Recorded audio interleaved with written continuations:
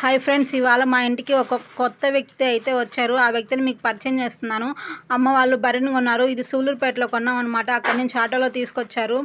ఇప్పుడే ఆటో దించి బర్రెని కట్టడానికి అయితే తీసుకొని పోతుంది. ఎమ్మగండం ఏదో ఉందని బయట కట్టేస్తుంది అనమాట.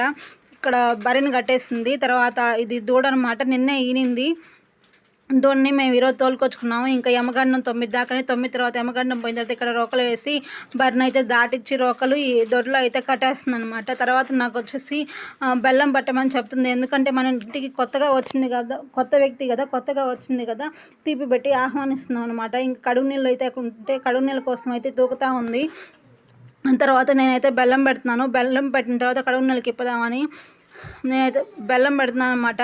నాకైతే కొంచెం భయం వేసింది, ఎక్కడ కొరికేస్తుంది అని. తర్వాత బెల్లం పెట్టిన తర్వాత కడుగు నీళ్ళు తాగిన తర్వాత ఇంకా అమ్మ పాలడానికి అయితే కూర్చునింది. దూడ అయితే ఎగరతా ఉంది వాళ్ళ అమ్మ దగ్గరికి వెళ్ళడానికి. ఈ వీడియో కానీ మీకు నచ్చితే లైక్, షేర్ అండ్ సబ్స్క్రైబ్.